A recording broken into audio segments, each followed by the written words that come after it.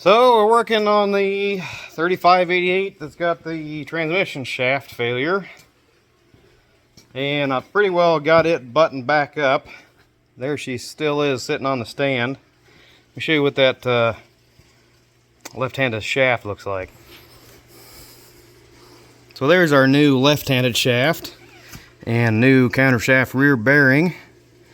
We got this bearing through Ag Parts. It's about $100 cheaper than through Case.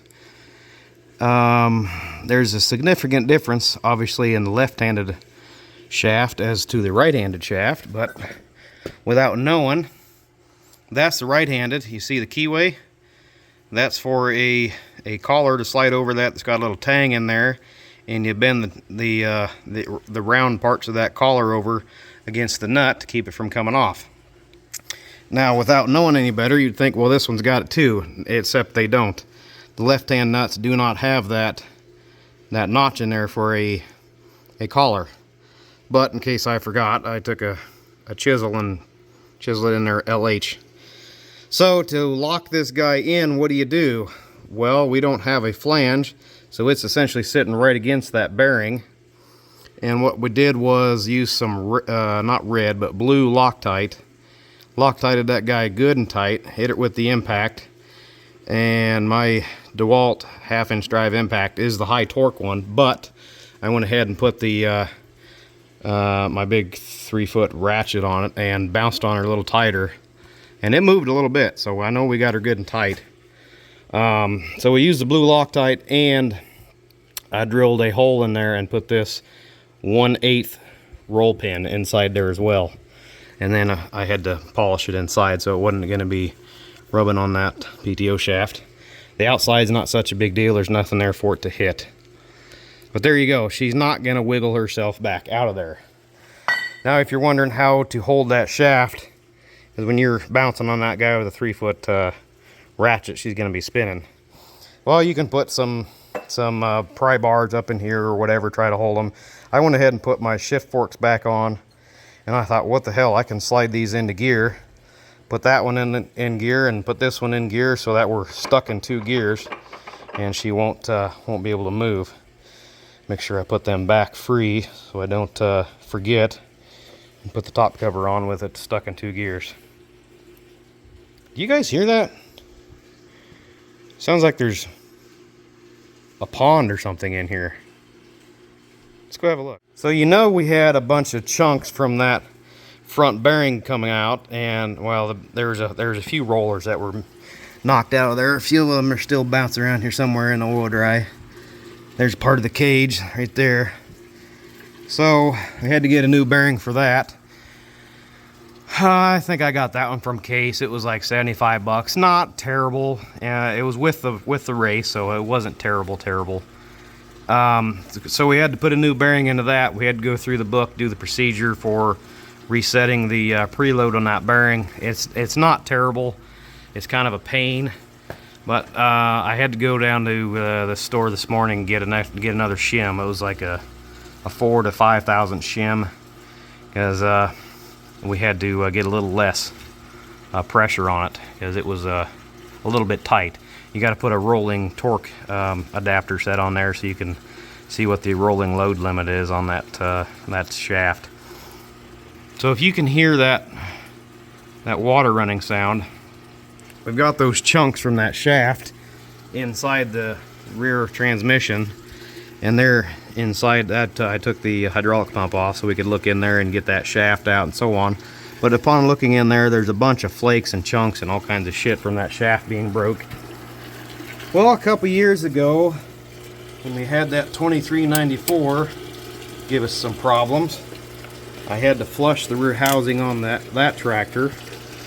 Man, I need to get all that shit out of there. So I went to Harbor Freight and bought this pond pump. It's just a 110 pond pump, and I submerged it in this partial oil drum that we use for an oil catch. Anyway, so it's got 5 gallons of diesel inside there, and then just plugged in. It's a submerged pump. And the hose coming off of it, I don't remember, a radiator hose or something, whatever had laying around. And then we just circulate all that diesel back up and through to help remove all of those chunks and chips You still see some sparklies right there. I haven't quite got the front housing clear. The back cavity is lower, and that lip right there kind of, you know, creates a problem. It wants to all flow out the front into my, well, it's a fire extinguisher box, but it's because it's trying to overflow onto the floor, so I got the floor a little wet. Anyway, so we're just circulating diesel up and around and through there to help lift and float and get all the crap out of there that I can't reach with a rag and or brake cleaner. We make certain we get a good clean housing. And we had that 2394. Those tractors are weird. It's got a big pickup screen, a cone type screen right in the bottom of them tractors, and they're right in the middle where the transmission splits away from the rear end. And they say the only way you can get them out is to split it, then you can clean it and put it back together. I thought, well, man, that's a bunch of shit. So we did the same thing on there. We stuck the hose up in. Actually, it was pulled the shift rails out on the side of the tranny, stuffed the hose in there, and then we pulled the PTO out, and it all flowed out the back end. But that worked really well. We got all that cleaned out, and it never gave us any problem. So we're gonna let this circulate for a little bit, and I can't show you on camera, so I'll have diesel over the camera, but I've got to get the hose back up through this hole and kind of, you know, use my thumb and kind of just like a little stream and jet it away from the hole to get it back down, you know, spray it around a little bit like you would your sidewalk or driveway or something, you know. So anyway, that's kind of what we're doing here, getting this guy ready. That's the last part we've got to do, getting that cleaned out. And that tranny is ready to go back in underneath there, and man, I am getting excited because that little 120 tractor that I've been baling with, it's a good tractor. It's handy and all on the baler with that, you know, that Ford reverse shuttle shifter thing. It's pretty handy with that, but it doesn't have duals on it, so on the steep ass side hills, it's kind of sketchy. But it just plain simple doesn't have enough, you know, doesn't have enough fucking power. She's just moaning and carrying on. Even, you know, going down the road, it's just, you're downshifting all the time trying to climb the hills. Not that we have super giant, you know, mountains, but god dang, when you're going 25 mile an hour on the flat and you come to a hill and you're down to 12 or 15, you know, 13 mile an hour, that's a pretty significant drop.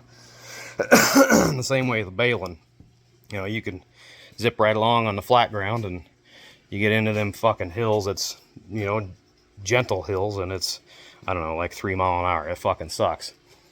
And the stuff that we got coming up for this guy, we've been doing custom baling now for, I don't know, 10 years.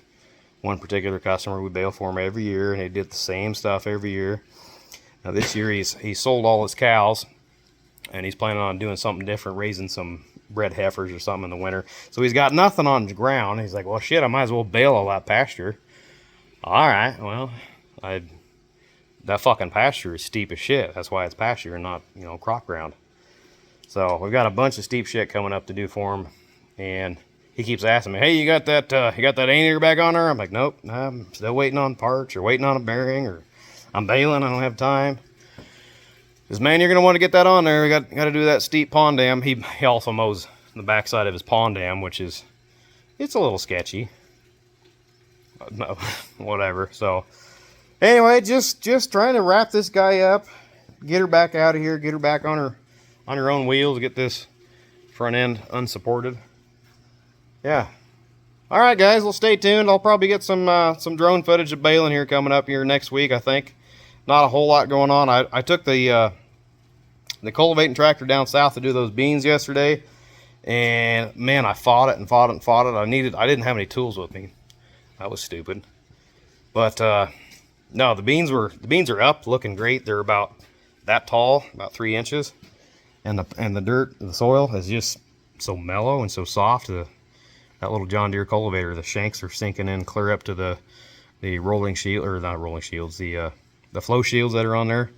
And man, the soil is just, it's so loose and fluffy. It's basically doing, you know, burying the soybeans, which we can't have that.